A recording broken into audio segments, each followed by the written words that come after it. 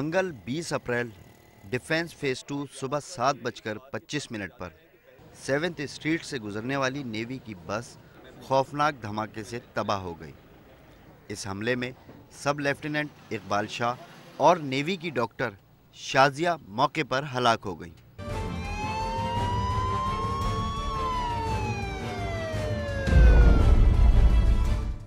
اس بم دھماکے میں 37 مسافر زخمی ہوئے۔ زخمیوں کو اسپتال پہنچانے اور لاشوں کو نکالنے کا سلسلہ جاری تھا کہ 5 منٹ بعد یعنی ٹھیک 7:30 پر نیوی کی ایک اور بس پر دہشت گردی کی گئی۔ اس بار انتخاب ناردرن بائی پاس کا تھا۔ دہشت گردی کے اس واقعے میں بس کے ڈرائیور سمیت 2 اہلکار ہلاک ہوئے اور 29 زخمی۔ نیوی کی جو بسوں پہ اٹیک ہوئے تھے اس میں کافی ہمیں اشارے ملے ہیں، اس پہ ہمارا کام مضبوطی سے چل رہا ہے، لیکن چونکہ اس میں ابھی تک وہ ڈیٹیکٹ نہیں ہوا ہے تو اس کو بہت ساری چیزیں اس میں ہم سیتا رات میں رکھ رہے ہیں۔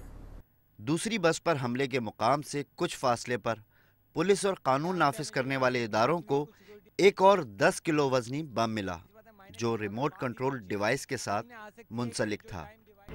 امکان ظاہر کیا گیا کہ یہ بم ان لوگوں کے لیے نصب کیا گیا تھا جو دھماکے کے بعد امدادی کارروائیوں کے لیے پہنچتے، مگر پہلے دھماکے کی شدت کی وجہ سے بم میں نصب ریموٹ کنٹرول ڈیوائس ناکارہ ہو گئی۔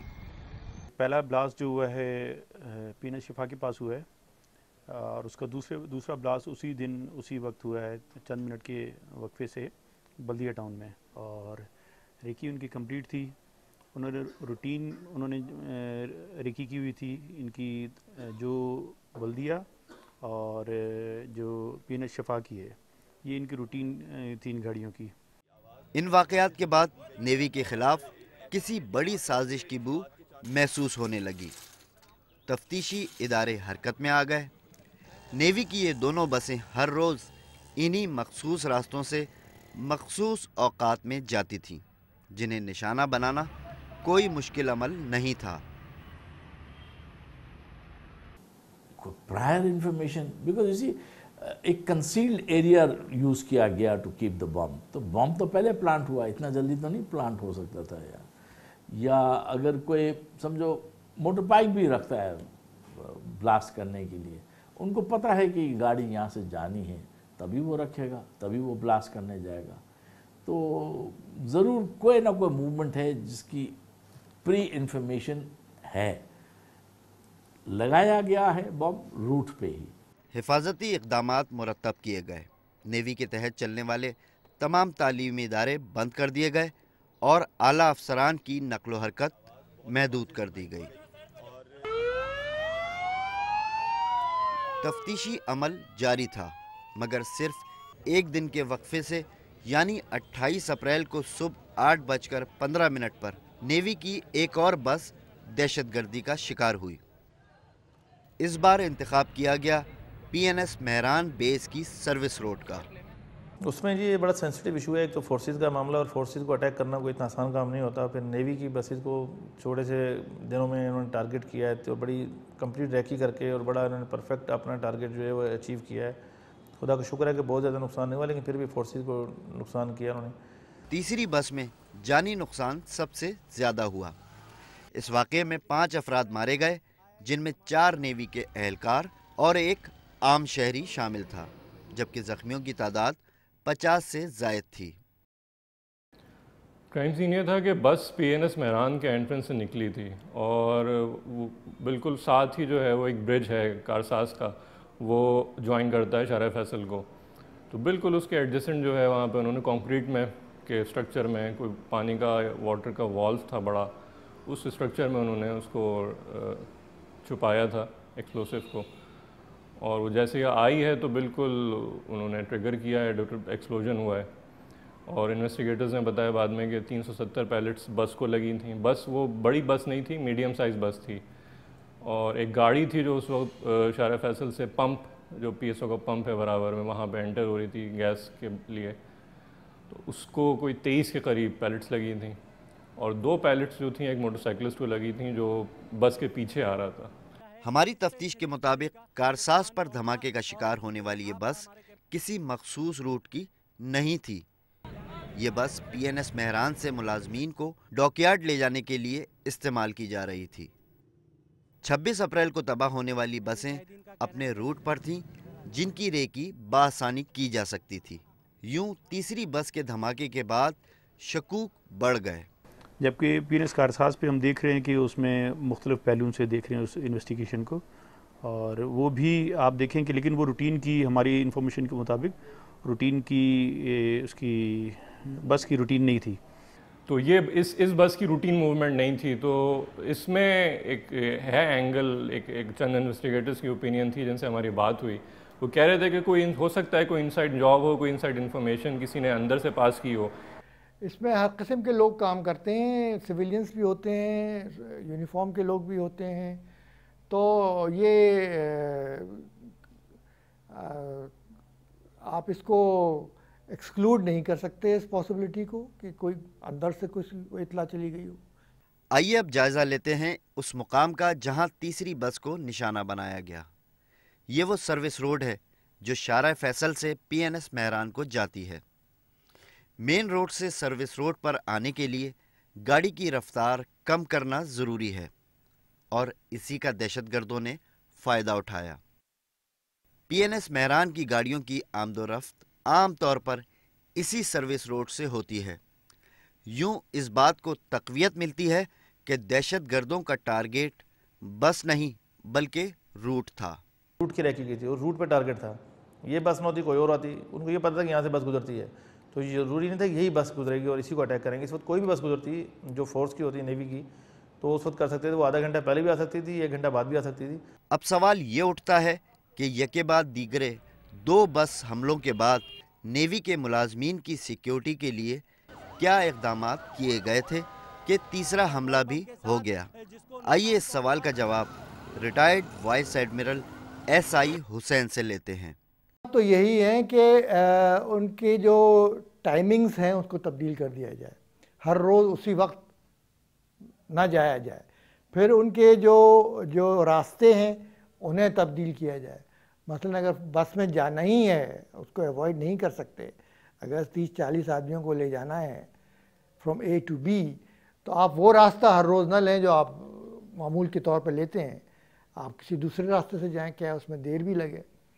تو یہی چیزیں ہیں جس سے کہ پروٹیکشن مل سکتا ہے، اور ورنہ تو اتنے بڑے شہر میں یہ تقریباً ناممکن ہے کہ آپ 100% وہ انتظام کریں کہ پورا تحفظ مل جائے۔ پاکستان میں ہونے والے پلانٹڈ بم دھماکوں میں عام طور پر موبائل فون یا ٹائم ڈیوائس کا استعمال کیا گیا، مگر یہ تینوں دھماکے ریموٹ کنٹرول ڈیوائس کے ذریعے کیے گئے تھے، جس سے یہ بات ثابت ہو گئی کہ کم از کم ایک دہشت گرد ضرور دھماکے کے مقام سے اتنے فاصلے پر تھا کہ وہ بم سے بھی محفوظ رہ سکے۔ ان میں سے ایک نہ ایک بندہ ضرور اس اسپاٹ پہ موجود تھا کہیں نہ کہیں، اس لیے کہ آئی کانٹیکٹ تھا، اس کا جو ٹارگٹ تھا ان کا موو ہو رہا تھا، اور بالکل پریسیشن سے انہوں نے اس کو ڈیٹونیٹ کیا ہے۔ کوئی 19-20 والا فرق بھی نہیں ہوا ہے۔ تھوڑا سا اگر لیٹ ہو جاتا تو بس آگے نکل جاتی، یا اگر وہ تھوڑی سی جلدی کر دیتا تو پہلے پھٹ جاتا، بس پیچھے رہ جاتی۔ اس قسم کی کوئی غلطی نہیں دیکھنے میں آئی۔ تو یہ تینوں جو سیکوینس والے بلاسٹ ہیں، یہ نیوی کی جو بسیں ٹارگٹ ہوئی ہیں، اس میں بڑا ویل کوآرڈینیٹڈ لگتا ہے کہ بڑا پروفیشنلی ان سسپیکٹس نے کام کیا ہے اس کے پیچھے۔ دہشت گردی کے خلاف جاری جنگ میں بحریہ کا بظاہر کوئی کردار نظر نہیں آتا، پھر نیوی کو نشانہ کیوں بنایا گیا؟ ان کا کانسنٹریشن تو زیادہ سی فرنٹ اور ان ایریاز میں ہے، تو وہ اتنا ایکسپوز ڈائریکٹلی نہیں ہے جتنی آرمی ہے ایکسپوز، ایئر فورس بھی اتنا ایکسپوز نہیں ہے۔ سافٹ ٹارگٹ یوں ہے کہ وہ دوسروں کی بنسبت ان کو بہت آسانی سے یہاں پہ ان کی ریکی بھی ہو سکتی ہے، اور جو ان کے گاڑیوں کے ساتھ ہیں ان کے ساتھ کوئی اس قسم کے سیکیورٹی کا انتظام ہوتا نہیں ہے، جیسے کہ پولیس یا رینجرز یا آرمی کی گاڑیوں کے ساتھ مسلح گارڈ ہوتے ہیں، تو یہ وجہ بھی ہو سکتی ہے۔ ساحلی شہر ہونے کی وجہ سے پاکستان بحریہ کے لیے کراچی کی اہمیت ہمیشہ رہی۔ اس شہر میں نیوی کی کل نفری کے 80% ملازمین کام کرتے ہیں۔ تقریباً 80 یا 90% جو نیوی کا عملہ ہے وہ سب سے بڑے شہر، پاکستان کے سب سے بڑے شہر یعنی کراچی میں موجود ہے، اور ان کا جو پروفیشنل کام ہے وہ اس قسم کا ہے کہ کوئی 30-40 ہزار لوگ روز اپنے کام پہ جاتے ہیں اور انہیں ایک وقت پہ جانا ہوتا ہے اور ایک وقت پہ واپس آنا ہوتا ہے. تمام تفتیش کار اس بات پر متفق ہیں کہ تینوں دھماکے ایک ہی گروپ کی کارروائی ہیں، مگر گروپ کون سا، اس سوال کا جواب کسی کے پاس نہیں. ایسا بھی ہو سکتا ہے کہ کسی دشمن ملک کی ایجنسی نے یہ چیزیں کی ہوں، اور اس کے علاوہ بھی کافی ایسے چھوٹے چھوٹے گروپ ہیں جو یہاں پہ کام کر رہے ہیں. یہ جب آتے ہیں ترتیب بناتے ہیں، 5-6 لڑکے جمع ہو جاتے ہیں اور اوپر سے ہی پورا اپنا یہ پروگرام مینیج کر کے آتے ہیں اور یہ پروگرام کر دیتے ہیں، اور اگر ان کرنے میں کامیاب ہو گئے تو یہ اوپر نکل جاتے ہیں وزیرستان کی طرف. اس وقت ڈسکلوز نہ کروں تو میرے خیال زیادہ مناسب ہوگا انویسٹیگیشن پوائنٹ آف ویو سے بھی، اور سینسیٹیو معاملہ ہے فورسز کا، یہ معاملہ اس میں زیادہ کھل کے بات نہیں کی جائے گی فی الحال. پولیس کی اس پریشانی کو ایک نہیں 2 کالعدم جماعتوں نے آسان کر دیا. پہلے تحریک طالبان پاکستان اور پھر بلوچ لبریشن فرنٹ نے نیوی پر حملوں کی ذمہ داری قبول کر لی. ایک ہی واردات کی ذمہ داری 2 جماعتیں آخر کیوں قبول کر رہی ہیں؟ کافی لیٹ انہوں نے رسپانسبلٹیز ایکسیپٹ کر کی ہیں، لیکن اس میں کنفیوژن آ رہا ہے اور کہیں سے کنفرم نہیں ہو رہی ہیں باتیں. تو یہ بعض اوقات چیزوں کا رخ موڑنے کے لیے بھی ہوتا ہے.